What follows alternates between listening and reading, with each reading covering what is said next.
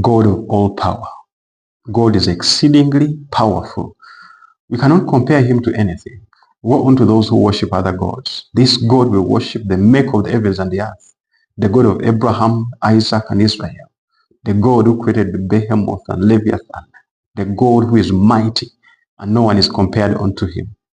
He made a man who was very proud, a king, Nebuchadnezzar. When you read in Daniel chapter 4, the man was proud and he thought he had done everything in his power, in his might, for his glory, for his majesty. A voice spoke from heaven and he told him, now, Nebuchadnezzar, from this day, your dwelling shall be among the beasts. You're going to walk along with the ox and then you will eat grass like an animal. The Bible tells us he grew even feathers like an eagle. He became an animal. A man became an animal. What a mighty God we serve. And this is a God we're supposed to fear, to walk in reverence to. He turned a man into an animal. Not at the time of birth. The man was grown up and he was a king, but God turned him into an animal. And the same God who turned the man into an animal, he also almost turned an animal into a man.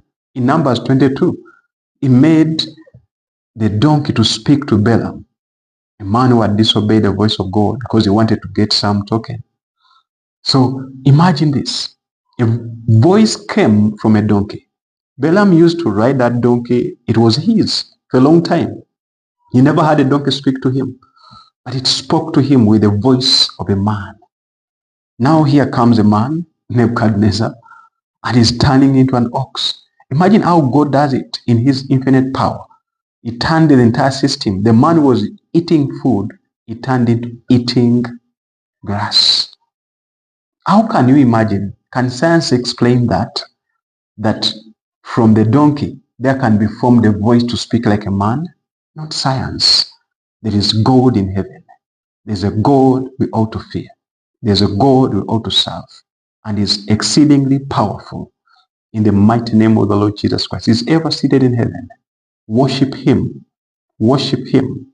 Worship him.